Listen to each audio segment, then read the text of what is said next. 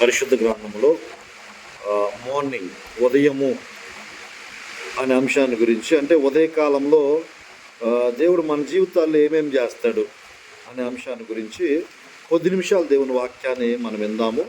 కీర్తన గ్రంథం 30 అధ్యాయము 5వ వచనంలో మనం చూసినట్లయితే, సాయంకాలమున ఏడుపు వచ్చి రాత్రి ఉండినను ఉదయమున సంతోషము కలుగును. ఉదయాన్ని ఏమవుతుందంటమ్మా? సంతోషం కలిగిద్దంట. ప్రైజ్ ది లార్డ్, హల్లెలూయా. ప్రతిరోజు ఉదయాన్నే దేవుడు అంట మనకి సంతోషాన్ని కలగజేస్తాడు. ఈరోజున మన జీవితాల్లో నిజంగా రాత్రి అంటే కన్నీటితో మనం పడుకోవచ్చు, రాత్రి దుఃఖంతో నిరాశతో మనం పడుకోవచ్చు, కానీ ఉదయాన్నే లేవగానే మనకి ఏదైనా ఖుషిఖబరి, ఏదో ఒకటి సంతోషం కలిగించే వార్త ఒకటి వినపడుతుంది. దాన్ని బట్టి మనం ఎంతగానో సంతోషపడిపోతాం. పరిశుద్ధ గ్రంథంలో ఈ ఉదయము, ఉదయమున, ఉదయము అనేటువంటి మాటలు చాలా చోట్ల బైబిల్ గ్రంథంలో మనం చూడవచ్చు. 143వ కీర్తన 8వ వచనం చదువుకుందాం. 143వ కీర్తన 8వ వచనాన్ని చదువుకుందాం. నీ యందు నేను నమ్మిక ఉంచి ఉన్నాను, ఉదయమున నీ కృపా వార్తను నాకు వినిపింపుము. ఆ కింద ఇంకొందాం, అయిపోలే. నీ వైపు నా మనసు నేను ఎత్తుకొనిచున్నాను, నేను నడవలసిన మార్గం నాకు తెలియచేయము. చాలు. ఉదయమున నీ కృపా వార్త నాకు వినిపింపుము. ప్రతిరోజు ఉదయాన్నే దేవుడు అంట తన కృపా వార్తను, అది వాక్యం కావచ్చు, అది దేవుని యొక్క స్వరం కావచ్చు, అది దేవుని యొక్క మరి జాగ్రత్త గమనించినట్లయితే దేవుని యొక్క కీర్తన కావచ్చు, దేవుని యొక్క పాట కావచ్చు, అది ఏదైనా కావచ్చు. ఉదయాన్నే అంట ఆ కృపా వార్తను దేవుడు మనకి వినిపిస్తాడండి. కృప కలిగినటువంటి వార్త మనం వినేలా దేవుడు చేస్తాడంట ప్రతిరోజు ఎర్లీ మార్నింగ్. రెండవ మాట. అలాగే పరిశుద్ధ గ్రంథంలో చూసినట్లయితే కీర్తనల గ్రంథము 42వ అధ్యాయం 8వ వచనము. కీర్తనల గ్రంథము 42వ అధ్యాయము 8వ వచనము.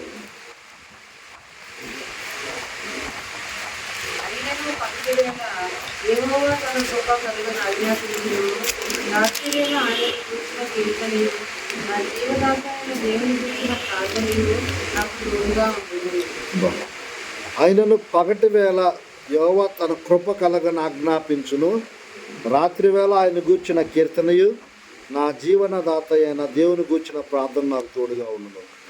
ఇక్కడ పగటి వేళ అంటే ఉదయం తన కృప కలిగేటట్టుగా ఆజ్ఞాపిస్తాడంటే, కృప అంటే ప్రతిరోజు కూడా ఉదయాన్నే కృప కలగజేస్తాడండి దేవుడు. ఆ కృప కలగజేసి ఏం చేస్తాడంటే కంటిన్యూషన్ అనమాట. 90వ కీర్తన 14వ వచనం చదువుకుందాం. 90వ కీర్తన 14వ వచనం చదువుకుందాం. ఉదయమున నీ కృపతో మమ్ములను తృప్తిపరచుము, అప్పుడు మా దినములన్నీ మేము ఉచ్చరించి సంతోషించదము. జాగ్రత్త గమనించినట్లయితే ఉదయాన్నే సంతోషం కలుగుతుందంట, ఉదయాన్నే కృపావార్త దేవుడు వినిపిస్తాడంట, మరి ఉదయాన్నే కృప కలుగును ఆజ్ఞాపిస్తాడంట. మరి ఉదయాన్నే ఇక్కడ రాయబడి ఉందన్నమాట. 3వది అనుకోవచ్చు, 4వది అనుకోవచ్చు. ఆయన ఉదయమున, ఉదయకాలమున ఆయన కృపచేత మనల్ని తృప్తిపరుస్తాడు. ఊరికే సమయం హిందీలో పరిశుద్ధ గ్రంథంలో ఆయన కృపచేత మనల్ని తృప్తిపరుస్తాడంట. అంటే ఒకరోజు మనం బ్రతుకుతున్నామంటే దేవుని కృప కదా. పౌలు గారు ఏమంటాడు? నేనేమై ఉన్నానో అది నీ కృప వల్లనేనయ్యా అంటాడు అన్నమాట. ఈరోజున దేవుని కృప లేకపోతే మనం భోజనం చేయలేము. దేవుడు కృప చూపించకపోతే మనం పనులు చేసుకోలేము. దేవుడు కృప చూపించకపోతే మనము ప్రయాణాలు చేయలేము. దేవుడు కృప చూపించకపోతే మనము ధనం సంపాదించుకోలేము. దేవుడు కృప చూపించకపోతే చర్చి కట్టుకోలేము. దేవుడు కృప చూపించకపోతే ఇల్లు కొనుక్కోలేము, బళ్ళు కొనుక్కోలేము. అయితే దేవుడు కృప మన మీద ఉండటాన్ని బట్టి, దేవుడు ప్రతిరోజు ఆయన కృపచేత మనల్ని తృప్తిపరచడాన్ని బట్టి మనము ఏం చేస్తున్నామయ్యా అంటే చక్కగా పనులు చేసుకుంటా ఉన్నాం, చక్కగా మనము మరి జాతి గమనించినట్లయితే ఆరోగ్యంగా ఉంటా ఉన్నామంటే అది కూడా దేవుని కృపే, అవునా కాదు? పరిశుద్ధ గ్రంథంలో మరి ఇంక కొంచెం ముందుకు వెళ్ళినట్లయితే 73వ కీర్తన 14 వచనాన్ని చదువుకుందాం. 73వ కీర్తన 14 వచనాన్ని చదువుకుందాం.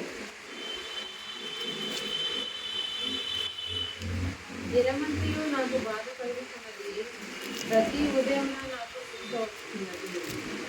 అబ్బు, పరిశుద్ధ గ్రంథంలో గమనించినట్లయితే ఇక్కడ దావీదు భక్తుడు అంటా ఉన్నాడు అనమాట. 73వ కీర్తన మరి 14వ వచనంలో దినమంతయు నాకు బాధ కలుగుచున్నది, ప్రతి ఉదయమున నాకు శిక్ష వచ్చుచున్నది. జాగ్రత్త గమనించినట్లయితే ఎవరైనా సరే ఒకవేళ కనుకంటే ప్రార్థన చేసుకోకపోయినా, ఎవరైనా సరే పాపం చేసినా, ఎవరైనా సరే మందిరంకి వెళ్ళటం మానుకున్నా, ఒకవేళ వాళ్ళ మీదకి దేవుని శిక్ష రావచ్చు, ఒకవేళ వారి మీదకి దేవుని ఉగ్రత రావచ్చు, కోపం రావచ్చు. అయితే దేవుని కృపను బట్టి కొన్నిసార్లు మనం తప్పు చేసినా కానీ దేవుడు మనల్ని కాపాడుతూనే ఉంటాడు. ఎందుకంటే ఆయన కృప కలిగిన దేవుడు, ప్రేమ కలిగిన దేవుడు. అయితే దావీదు భక్తుడు ఏమన్నాడంటే ప్రతిరోజు ఇక్కడ రాయబడింది అనమాట, ప్రతి ఉదయము నాకు శిక్ష వచ్చుచున్నది. అయితే ఆ శిక్ష తప్పించుకోవాలంటే మనకు ఖచ్చితంగా కరెక్ట్గా ఉండాలి. ఆ శిక్ష అంటే మనకి కలగకుండా ఉండాలంటే మనం పరిశుద్ధంగా ఉండాలి. ఎందుకని చెప్పానంటే 8:1 రాయబడి ఉంటుంది రోమీలకు రాసిన పత్రికలో, క్రీస్తు యేసునందు ఉన్న వారికి ఏ శిక్షా విధి లేదు. మరి ఈయనేమంటున్నాడు, ప్రతి ఉదయం నాకు శిక్ష వచ్చుచున్నది. అంటే కీర్తనకారుడు పాత నిబంధనలో ఉన్నాడు. ఆ పాత నిబంధన సమయంలో ఇది ఆసాపు కీర్తన అనమాట. పాత నిబంధనలో ఉన్న వాళ్ళ మీదకి శిక్ష వచ్చేదన్నమాట. కానీ కొత్త నిబంధనలు ఉన్న మన మీదకి దేవుని కృప వస్తుంది, దేవుని అభిషేకం వస్తుంది మన మీదకి. సరే, కొంచెం 2-3 మాటలు చెప్పుకుని ముగించుకుందాం. పరిశుద్ధ గ్రంథంలో 49వ కీర్తన 14 వచనం. 49వ కీర్తన 14 వచనం. వారు పాతాళంలో మందగా కూర్చోబడుదురు, మరణం వారికి కాపాడేయును. ఉదయమున యథార్థవంతులు వారి నేలుదురు, వారి స్వరూపములు నివాసం లేనివై పాతాళంలోకి అయిపోతారు. మీరు గమనించినట్లయితే ఉదయమున యథార్థవంతులు వారి నేలుదురు. జాగ్రత్త గమనించినట్లయితే ప్రతిరోజు ఉదయం అంట మనం కనుక యథార్థవంతులంగా ఉంటే ఆలోచన అంట. దేవుని స్తోత్రం. అంటే అప్పుల మీద మనం ఏలుబడి చేయొచ్చేమో. మనము జాగ్రత్త గమనించినట్లయితే దేవుని వాక్యంలో మనము చూడొచ్చు అనమాట. ఉదయమున యథార్థవంతులు వారిని ఏలుదురు అంటే మనం దుష్టుల్ని ఆలొచ్చు, మూర్ఖుల మీద రాజ్యం చేయొచ్చు, మరి పాపుల్ని ఆలొచ్చు. అది గమనించినట్లయితే దేవుని యొక్క వాక్యంలో పశుప్రాయుల్ని ఆలొచ్చు. మనం అప్పుల మీద మనం ఏలుబడి చేయొచ్చు. ఎప్పుడే అంటే మనం యథార్థవంతులకు ఉండినప్పుడు ప్రతిరోజు అంటే ఉదయం మనం ఏలేటట్టుకు చేస్తా అంటే అప్పుడు రాజ్యకరంగంలో పరిపాలన చేస్తాం. కానీ మనల్ని ఎవరు కూడా ఏలరన్నమాట. మన మీద అంటే हम पर किसी का दाव नहीं चलेगा, हमारा चलेगा सबके ऊपर. మనల్ని ఎవరు ఏలరు కానీ మనం ఇతరులని ఏలే వాళ్ళంగా ఉంటా ఉన్నారు, ఏలుబడి చేసే వాళ్ళంగా ఉంటా ఉన్నారు. దేవుని స్తోత్రం, హల్లెలూయా. ప్రతిరోజు ఉదయాన్ని యథార్థవంతులు ఏలుతారంట. కీర్తన గ్రంథం 65:8. కీర్తన గ్రంథం 65:8.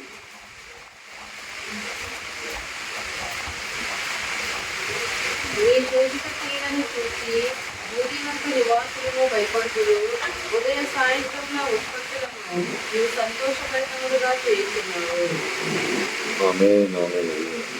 ఇక్కడ గమనించినట్లయితే ఉదయ సాయంత్రంలో ఉత్పత్తులను నువ్వు సంతోషభరితులుగా చేయుచున్నావు. నీ సూచక్రియలు చూసి దిగంత నివాసులు భయపడుదురు. జాగ్రత్త గమనించినట్లయితే పరిశుద్ధ గ్రంథంలో 9వ వచనం కూడా చదివితే, నీవు భూమిని దర్శించి దాన్ని తడుపుచున్నావు, దానికి మహదైశ్వర్యము కలగచేయుచున్నావు.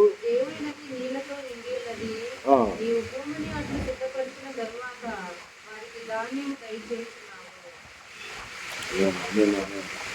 కింద 10వ వచనం కూడా చూసినట్టు ఇనుములను విస్తారమైన నీళ్లతో తడిపి దాని గనిమలను చదును చేస్తున్నావు. వానజలుల చేత దాన్ని పదును చేస్తున్నావు. అది మొలకెత్తగా నీవు దాన్ని ఆశీర్వదిస్తున్నావు. ఆమేన్. ఇక్కడ గమనించినట్లయితే ప్రతిరోజు ఉదయం అంట సాయంత్రాలు కొన్నిటిని దేవుడు ఉత్పత్తి చేస్తాడంట.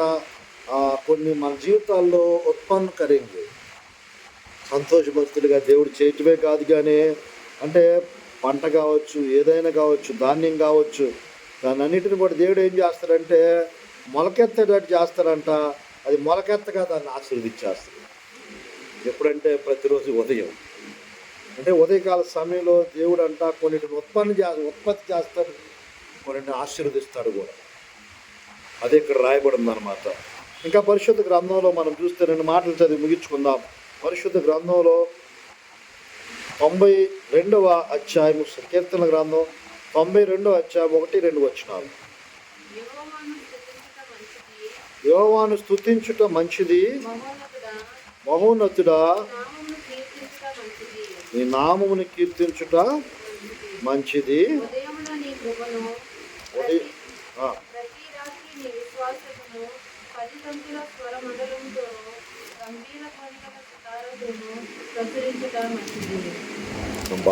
బైబిల్ గ్రంథంలో ఎప్పుడంట దేవుని నామాన్ని స్తుతించడం, కీర్తించడం ఎప్పుడు చేయాలంట? ఉదయమున, ప్రైజ్ ది లార్డ్, రాత్రి సమయంలో. అంటే ఈరోజున ప్రతిరోజు దేవుణ్ణి స్తుతించడము, ప్రతిరోజు దేవుణ్ణి కీర్తించడం అది మంచిది అని చెప్పి రాయబడిందని. ఈరోజున ప్రతిరోజు ఉదయం కనుక మన దేవుడిని స్తుతిస్తే, ప్రతిరోజు ఉదయం కనుక దేవుణ్ణి మనం కీర్తించినట్లయితే దేవుడు ఎంత గొప్పవాడో దాన్ని బట్టి మనం దేవుణ్ణి స్తుతిస్తాం. మరి దేవుడు చేసే మంచి క్రియలను బట్టి ఆయనకి కృతజ్ఞతాస్తుతులు మనం చెల్లిస్తాం. धन्यवाद भी करते हम लोग और स्तुति भी करते. పరిశుద్ధ గ్రంథంలో ఇక్కడ రాయబడింది అన్నమాట చక్కని మాట. దేవుణ్ణి స్తుతించటము, ఆయన నామాన్ని కీర్తించటము అంటే పాటలు పాడటము, 10 తంతుల స్వరమండలతో గంభీర ధ్వని గల సితార్తో మరి ప్రచురించటము, అదంతా బైబిల్ గ్రంథంలో రాయబడింది. మంచిది, నిజమే కదా, గుడ్ అని ఉంటుంది అనమాట ఇంగ్లీష్ బైబిల్లో. ఇంకా చివరిగా చూసినట్లయితే పరిశుద్ధ గ్రంథంలో 130వ కీర్తన 6వ వచనము, 130వ కీర్తన 6వ వచనము.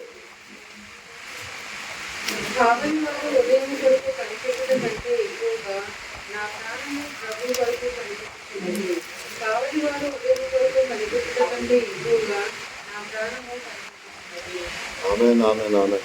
రాత్రి గమనించినట్లయితే కావలి వారు దేని కొరకు కనిపెడతారంటే వాళ్ళు ఉదయం కొరకు కనిపెడతారు. మరి జాగ్రత్త గమనించినట్లయితే ఇక్కడ ఈ కీర్తన గ్రంథంలో జాగ్రత్త గమనించినట్లయితే దేవుని కొరకంట మనము ప్రతి ఉదయము కనిపెట్టుకుని ఉండటం మంచిదంట. కనిపెట్టుకుని ఉండాలి. ఎలాగయ్యా అని చెప్పానంటే ఇక్కడ ఈ కీర్తన గ్రంథంలో ఏ విధంగా అయితే మరి కావలి వారు కనిపెట్టుకుంటారు ఉదయం కొరకు, మనమంట ప్రతిరోజు కూడా దేవుని కొరకు కనిపెట్టుకునే వారంగా ఉండాలి. దేవుని సన్నిధిలో కనిపెట్టుకునే వారంగా ఉండాలన్నమాట. ఏ విధంగా అయితే మరి వ్యవసాయదారులు తొలకరి వర్షం కొరకు, కడవరి వర్షం కొరకు వాళ్ళు కూడా కనిపెట్టుకుని ఉంటారు. మరి ఈ రోజున మనం కూడా దేవుని కృప కొరకు, దేవుని కొరకు కనిపెట్టుకుని ఉండటము మరి ఎంతో మంచిదని. పరిశుద్ధ గ్రంథంలో ఒక భక్తుడు అంటాడు, ముగించబోచ్చు ఉన్నాను. పరిశుద్ధ గ్రంథంలో కీర్తన గ్రంథంలో ఒక చక్కని మాట రాయబడి ఉండు, చూద్దామా? 55:17 కీర్తన గ్రంథం 55:17.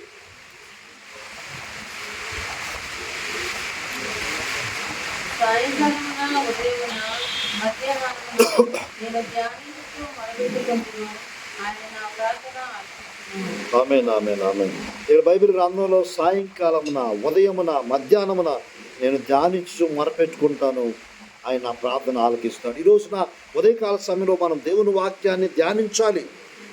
ఉదయకాల సమయంలో మనం దేవునికి మొరపెట్టుకునే వారంగా, ప్రార్థించే వారంగా మనం ఉండినట్లయితే ఖచ్చితంగా గొప్ప ఆశీర్వాదాలతో మనము మన కుటుంబాలు నింపబడతాయి. చివరి మాట చదువుకుని ప్రార్థన చేసుకుందాం. ప్రియదేవుని బిడ్డలారా గమనించండి, కీర్తన గ్రంథం 5వ అధ్యాయంలో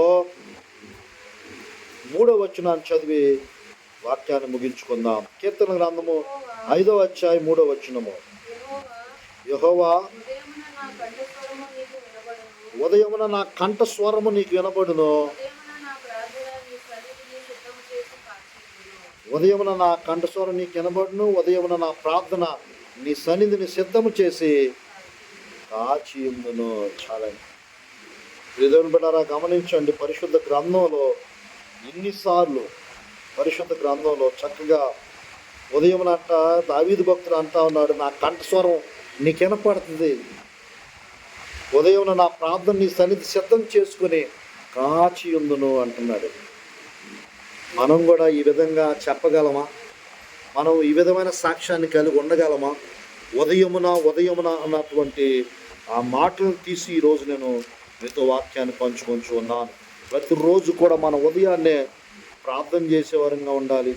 ఉదయాన్నే మరి జాతి గమనించినట్లయితే దేవుని కృప పొందుకునే వారంగా ఉండాలి. ఉదయాన్నే మన కంఠస్వరాన్ని దేవునికి వినిపించే వారంగా ఉండాలి. ఉదయాన్నే మనము దేవుని కొరకు కనిపెట్టుకునే వారంగా ఉండాలి. దేవుని బిడ్డలారా, మరి ఇటు వాక్యాన్ని దేవుడు తన వినికిడిలో దీవించును గాక. మరి ఇది ఒక అంశం అన్నమాట. దీని కంటిన్యూషన్ ఎర్లీ మార్నింగ్ ప్రేయరు. దేవుని చిత్తమైతే తర్వాత మనము ఆ అంశాన్ని గురించి మరొక పర్యాయం విందాము. మరి చిన్న ప్రార్థన చేసుకుని వాక్యాన్ని మనము ముగించుకుందాం. ఈరోజు నుంచి దేవుడు ఈ ఉదయకాల అనుభవాన్ని దేవుడు మనకు కలగజేసి, యేసుక్రీస్తు ప్రభు బైబిల్ గ్రంథంలో ఎంతమంది అయితే భక్తులు ఉన్నారో వారందరూ కూడా పెందల కాడ లేచి, వారందరూ కూడా ఉదయాన్నే లేచి ప్రార్థన చేసేవారు. మనం కూడా ఉదయాన్నే లేచి బైబిల్ చదువుకునే వారంగా, ఉదయాన్నే లేచి వాక్యాన్ని ధ్యానించే వారంగా, ఉదయాన్నే లేచి దేవుణ్ణి స్తుతించి కీర్తించే వారంగా మనం గనక ఉండగలిగినట్లయితే మన కుటుంబాలను, మన బిడ్డలను, మరి మన పనులను అన్ని విషయాల్లో దేవుడు ఆశీర్వదిస్తాడు. వ్యక్తిగత ఆశీర్వాదాలు, కుటుంబ ఆశీర్వాదాలు దేవుడు మనకు తప్పకుండా కలగజేస్తాడు. అటు ధన్యత, అటు కృప దేవుడు మీకు కలగజేసి మిమ్మల్ని అందరినీ కూడా ఆశీర్వదించును గాక. ఆమేన్. ప్రార్థన చేసుకుందాం. మహిమ కలిగిన రాజా, మహిమోన్నతుడా, సర్వోన్నతుడా, సర్వశక్తిమంతుడా, సర్వాధికారివైన దేవ, మీకు వందనాలు, మీకు స్తోత్రాలు ప్రభువా. కృప చూపించే దేవుడివి, అద్భుతాలు చేసే దేవుడు రాజా, ఆశ్చర్యకరుడు అయిన దేవుడు రాజు, మీకు వందనాలు, మీకు స్తోత్రాలు ప్రభువా. ఈరోజు నాయన మరి ఉపవాసం 13వ రోజు నాయన, రేపు చివరి రోజు 14వ రోజు ఉపవాసం కంప్లీట్ చేసుకోబోచ్చు ఉండగా ఈరోజు ఈ యొక్క సందేశాన్ని ఉదయమున అనేటువంటి యొక్క అంశాన్ని గురించి, ఉదయమున మేమేం చేయాలో, ఉదయమున మీరు మాకేం చేస్తారో ఆ విషయాలన్నీ కూడా మేము తెలుసుకుని ఉన్నాం, తెలియపరిచి ఉన్నాం ప్రభువా. నీ బిడ్డలందరినీ కూడా ప్రభువా పేరు పేరున ఆశీర్వదించమని అడుగుచున్నాం. ఈ వాక్యాన్ని యూట్యూబ్లో వినబోచున్న వారిని కూడా ప్రభువా, వించున్న వారిని కూడా మీరు దీవించమని అడుగుచున్నాం. మహిమ కలిగిన యేసయ్య మీకు వందనాలు. ప్రత్యేకంగా ప్రభువా జీవనన్నయ్య గారు ప్రభువా, పరిశుద్ధాత్మండి ఆశీర్వాదాలతో నింపండి ప్రభువా. ఈ కుటుంబాన్ని, నీ బిడ్డలందరినీ కూడా, ఇక్కడ ఉన్న మీ బిడ్డలందరినీ కూడా ప్రత్యేకమైన ఆశీర్వాదాలతో, మీ మేలుతో, మీ కృపతో మీరు దీవించి ఆశీర్వదించి బలపరచమని వర్ధలు చేయండి. నీ బిడ్డలకున్న ప్రతి అవసరాలు తీర్చి, ప్రతిరోజు ఉదయాన్నే లేవటానికి, ఉదయకాలంలో ప్రార్థనలో గడపటానికి, వాక్యాన్ని ధ్యానించేవారికి ఉండటానికి, మిమ్మల్ని స్తుతించడానికి ప్రభువా అటు కృప, అటు ధన్యత నీ బిడ్డలకు కలుగచేయండి. ఆశీర్వాదాలతో, మేలుతో నింపి అభిషేకం దయచేయమని ప్రార్థిస్తూ, యేసు రాజా గొప్ప మేలు కలుగచే ప్రభువా, గొప్ప అద్భుతాలు, గొప్ప ఆశీర్వాదాలు కలుగచేయమని, గొప్ప దీవెనలు కలుగచేసి, గొప్ప అభిషేకం కలుగచేయమని యేసు నామములో దీవిస్తున్నాం తండ్రి. ఆమేన్, ఆమేన్. ఈ వాక్యం ద్వారా దేవుడు మిమ్మల్ని దీవించును గాక, ఆశీర్వదించును గాక. గాడ్ బ్లెస్ అవర్ ఆంధ్రప్రదేశ్, మన ఆంధ్రప్రదేశ్ రాష్ట్రాన్ని, మరి తెలంగాణ రాష్ట్రాన్ని మీ అందరిని కూడా దేవుడు దీవించి ఆశీర్వదించి వర్ధలు చేసి కృప చూపించును గాక. ఆమేన్. God bless you.